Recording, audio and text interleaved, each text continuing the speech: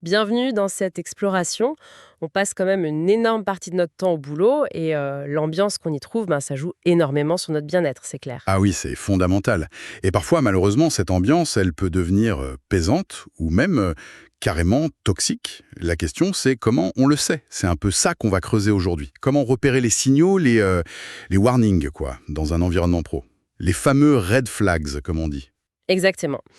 Et pour nous guider, on va s'appuyer sur un document, une formation de LRDCIP apparemment. C'est un organisme qui bosse sur ces questions de dynamique au travail. D'accord. Et ce document, il met en avant 10 signes d'alerte assez précis. Donc l'idée, c'est simple. On va regarder ensemble ces 10 points, en se basant vraiment sur ce que dit cette source, pour essayer de piger ce qui cloche dans un environnement qui serait malsain. Allez, on y va. Oui, c'est une bonne approche. Parce que souvent, rien que de pouvoir mettre des mots dessus, d'identifier clairement le truc, c'est déjà un premier pas énorme avant de pouvoir faire quoi que ce soit. C'est un peu comme poser le bon diagnostic, quoi. C'est ça. Alors, le premier signal que la formation LRDCIP pointe, c'est la communication défaillante. En gros, si l'info circule mal, ou pas du tout, les gens sont un peu perdus. Il navigue à vue. Voilà. Et ça crée de la confusion, de la démotivation aussi, parce qu'on a besoin de savoir où on va un minimum. Bien sûr. Et l'exemple donné dans le doc, c'est assez parlant. T'as des réunions tout le temps, mais les décisions importantes, elles redescendent jamais vraiment aux équipes. Ah, le classique. Du coup, frustration, l'impression de bosser dans le brouillard, et puis le sentiment que ces réunions servent à rien au final. Oui, et ce qui est intéressant, c'est que le document va plus loin que juste dire « c'est pas efficace ». Ce manque de transparence, comme c'est décrit, ça attaque directement la confiance. Ah oui. Claire, honnête. Sans ça, tout l'édifice peut commencer à vaciller. Cette idée de confiance qui s'érode, ouais, c'est central. Et ça nous amène assez logiquement au deuxième signe que l'RDCIP mentionne, une ambiance de rivalité malsaine. Ok. Là, on parle pas de la petite compétition sympa qui peut stimuler, hein. Non, c'est une compétition vraiment constante, agressive même, qui, d'après la source, génère beaucoup de stress, d'anxiété. Le genre de climat où tout le monde se tire dans les pattes, quoi. C'est un peu ça. L'exemple donné dans la formation est assez sombre, en fait. Des collègues qui iraient jusqu'à saboter le boulot des autres pour bien se faire voir par la direction. Ah ouais, carrément. Difficile d'imaginer pire pour l'esprit d'équipe, ça. Oui, là, la nuance que fait la source est importante. C'est la différence entre une émulation qui tire vers le haut et cette compétition qui détruit. Quand on en arrive au point où on pense qu'on ne peut réussir qu'en écrasant l'autre, on a basculé. C'est ça. Et toute l'énergie qui devrait aller vers les objectifs communs, elle part dans des guéguerres internes qui servent à rien. C'est vraiment l'inverse de la collaboration. Et ça abîme le moral de tout le monde. On imagine bien le truc, ouais. Un autre besoin fondamental, et c'est le troisième signe en A, l'absence de reconnaissance. Là, la source est claire. Si les efforts sont jamais valorisés, le risque, c'est que les gens se sentent inutiles, désespérés même, et que la motivation tombe en flèche. Le fameux travailler pour rien. Exactement. L'exemple est simple, mais hyper parlant. Une équipe qui se donne à fond, qui fait des heures sup pour finir un truc important dans les temps, et une fois que c'est fait, et que c'est un succès, silence radio, pas un merci, rien. Voilà. Pas un mot, pas une reconnaissance du travail accompli. À la longue, c'est super décourageant. Ce que l'analyse montre bien, c'est que la reconnaissance, c'est pas juste la cerise sur le gâteau, quoi. C'est un vrai besoin psychologique, surtout au travail. Hmm. Et quand elle manque tout le temps, comme dans l'exemple, ça envoie un message terrible, même s'il n'est pas dit. Ton boulot, tes efforts, ça compte pas vraiment pour nous. Ça touche direct au sentiment d'être utile, d'être compétent, et ça peut vraiment pousser les gens à se désengager petit à petit. Ça peut faire très mal ce message-là, oui. Quatrième indicateur, et pas des moindres, la micro-gestion excessive. La formation LRDCIP explique bien qu'un contrôle hyper serré, tatillon, ça installe un climat de méfiance, de frustration. L'autonomie s'est présentée comme clé pour s'épanouir et être efficace. Le manager qui est tout le temps sur ton dos, voilà. L'exemple donné est presque une caricature, mais bon, ça illustre. Un manager qui voudrait valider chaque email avant qu'il parte. Ah oui, quand même. On imagine le sentiment d'être traité comme un gamin, et puis la perte de temps aussi. Oui, et au-delà du côté juste énervant, la source suggère que la microgestion, c'est souvent le signe d'un problème chez le manager lui-même. Ah oui, comment ça? Bah, peut-être une difficulté à déléguer, un besoin de tout contrôler ou un manque de confiance de base dans son équipe. Peu importe la raison, le résultat est le même. Ça tue l'initiative, ça bride la créativité et ça empêche les gens de développer leurs compétences. C'est un management qui, au fond, dit aux gens: «Je ne vous crois pas capable d'être responsable». Et l'énergie perdue à devoir tout faire valider, piou. Ça m'amène au cinquième signe, qui est peut-être un de ceux qui se voit le plus et qui fait le plus peur. Un taux élevé de burn-out et d'absence fréquente.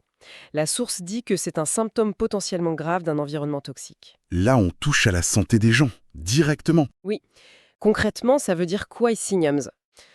Quand on voit autour de soi que les cas d'épuisement pro se multiplient, que beaucoup de collègues se plaignent de stress intense et qu'il y a une hausse nette des arrêts maladie dans l'équipe ou l'entreprise, Ce qui est vraiment important dans l'analyse du document, c'est de pas juste voir ça comme une somme de problèmes individuels. d'accord. Un taux de burn-out ou d'absentéisme qui crève le plafond, c'est présenté comme un vrai signal d'alarme systémique. Ça pointe du doigt des problèmes plus profonds dans l'organisation elle-même. Une charge de travail trop lourde, des objectifs irréalistes, une pression dingue, pas assez de soutien du management, une mauvaise orga ou une culture d'entreprise qui use ses salariés, quoi. C'est l'organisation qui est remise en question. C'est une perspective intéressante, oui, de regarder le système. Sixième point, la culture du blâme. Le document décrit un endroit où, dès qu'il y a une erreur ou un échec, le réflexe est de chercher un coupable. Plutôt que de comprendre pourquoi ça a foiré. Exactement. Comprendre les causes profondes, qui sont souvent liées au process, à l'organisation, et ça, forcément, ça installe une culture de la peur. Personne n'ose rien dire. L'exemple type donné, un projet rate, et hop, au lieu d'analyser ce qui s'est passé pour faire mieux la prochaine fois, on trouve vite un ou deux boucs émissaires. Et ce que la source souligne bien ici, c'est que cette culture du blâme, c'est pas juste désagréable. C'est une vraie barrière à l'apprentissage de l'entreprise. Comment ça? Si les gens ont peur de signaler un problème ou d'admettre une erreur parce qu'ils craignent de se faire taper sur les doigts, comment l'entreprise peut apprendre et s'améliorer? Ça pose la question de la sécurité psychologique. Est-ce qu'on a le droit de se tromper pour progresser? Dans une culture du blâme, la réponse c'est non, et ça bloque toute amélioration. Un vrai frein, oui. Dans un autre style, mais tout aussi toxique, le septième signe, le favoritisme. La source est très claire. Quand certains employés semblent toujours être privilégiés, ça crée des tensions, du ressentiment, et ça nuit à la cohésion de l'équipe. Le fameux deux poids deux mesures. C'est ça, l'exemple est classique. Un employé qui a toujours les promos, les projets intéressants, les formations, pendant que d'autres, aussi compétents et impliqués, sont oubliés sans qu'on comprenne pourquoi. Le point essentiel là-dedans, c'est que ça attaque le sentiment d'équité. Et ce sentiment, c'est un moteur super important pour la motivation. Quand les règles du jeu semblent pas les mêmes pour tout le monde, quand les récompenses ont pas l'air basées sur des critères clairs et objectifs, ça crée du cynisme, de la démotivation chez ceux qui se sentent mis de côté. Cette injustice qu'on ressent, même si elle n'est pas toujours voulue, c'est comme un poison lent pour le moral de l'équipe. On imagine bien les dégâts sur l'ambiance, oui. Huitième point mentionné par les RDCIP, le manque de développement professionnel. Un environnement qui offre zéro perspective pour apprendre, pour monter en compétences, pour évoluer dans sa carrière, c'est présenté comme une grosse source de démotivation. Si on a l'impression de stagner... Voilà. L'exemple, c'est des employés motivés qui disent « j'aimerais bien me former pour être meilleur ou pour évoluer », mais qui se prennent des refus systématiques de la direction, souvent sans vraie raison. Et si on relie ça à une vision un peu plus large, le document suggère qu'investir dans le développement des gens, c'est investir dans l'avenir de l'entreprise. Logique. Ne pas le faire, c'est envoyer le signal que les collaborateurs sont juste des pions interchangeables, pas des talents qu'on veut faire grandir. Et ça peut pousser les plus motivés, les plus compétents à aller voir ailleurs, là où on misera sur eux. C'est presque comme leur dire surtout ne progressez pas ici. Une vision court-termiste qui peut coûter cher, effectivement. Le neuvième signe, c'est un grand classique, la source le dit, la multiplication des rumeurs et du gossip. Les commérages incessants, quoi. Ça installe un climat de méfiance, de tension. Les discussions à la machine à café qui virent au règlement de compte. Surtout là où la communication officielle est mauvaise, pas claire ou pas crédible. C'est une façon informelle et souvent toxique de remplir le vide d'infos. Ça pourrit l'atmosphère, ça crée des clans et ça détourne l'attention des vrais problèmes. Un cercle vicieux en somme. Et on arrive au 10e et dernier signal d'alerte de la formation LRDCIP, la résistance au changement. C'est un environnement de travail qui refuse d'évoluer, qui ignore ou rejette tout le temps les nouvelles idées ou les retours des employés. Résultat, stagnation et démoralisation. Le fameux « on a toujours fait comme ça ». Exactement. L'exemple donné, c'est des employés qui, parce qu'ils sont sur le terrain, proposent des améliorations, des nouvelles méthodes, mais leurs idées sont balayées d'un revers de main par la hiérarchie, sans discussion. Sans même écouter, quoi. Le message reçu est hyper clair. Votre avis ne compte pas, votre expertise ne nous intéresse pas. Et une organisation qui cultive ça, cette résistance au changement, qui ignore les signaux qui viennent de sa propre base, eh ben, elle se condamne non seulement à stagner, mais aussi, selon l'analyse, à perdre ses employés les plus engagés, les plus innovants. Ça montre un vrai manque d'écoute, de souplesse, et ça peut créer une frustration énorme chez ceux qui veulent juste aider à améliorer les choses. C'est une sorte d'aveuglement de l'organisation. 10 signes, 10 aperçus de problèmes potentiels. Bon, alors qu'est-ce qu'on retient de tout ça, en suivant le document de LRDCIP? Le message principal, j'ai l'impression, c'est qu'il ne faut pas forcément cocher toutes les cases. Non, heureusement. Mais si on commence à en voir plusieurs de ces indicateurs en même temps, là, ça doit vraiment allumer une lumière rouge. C'est l'accumulation qui est le vrai signal d'alerte. Exactement. Et la conclusion de la source insiste beaucoup là-dessus. La première étape, et elle est cruciale, c'est la prise de conscience.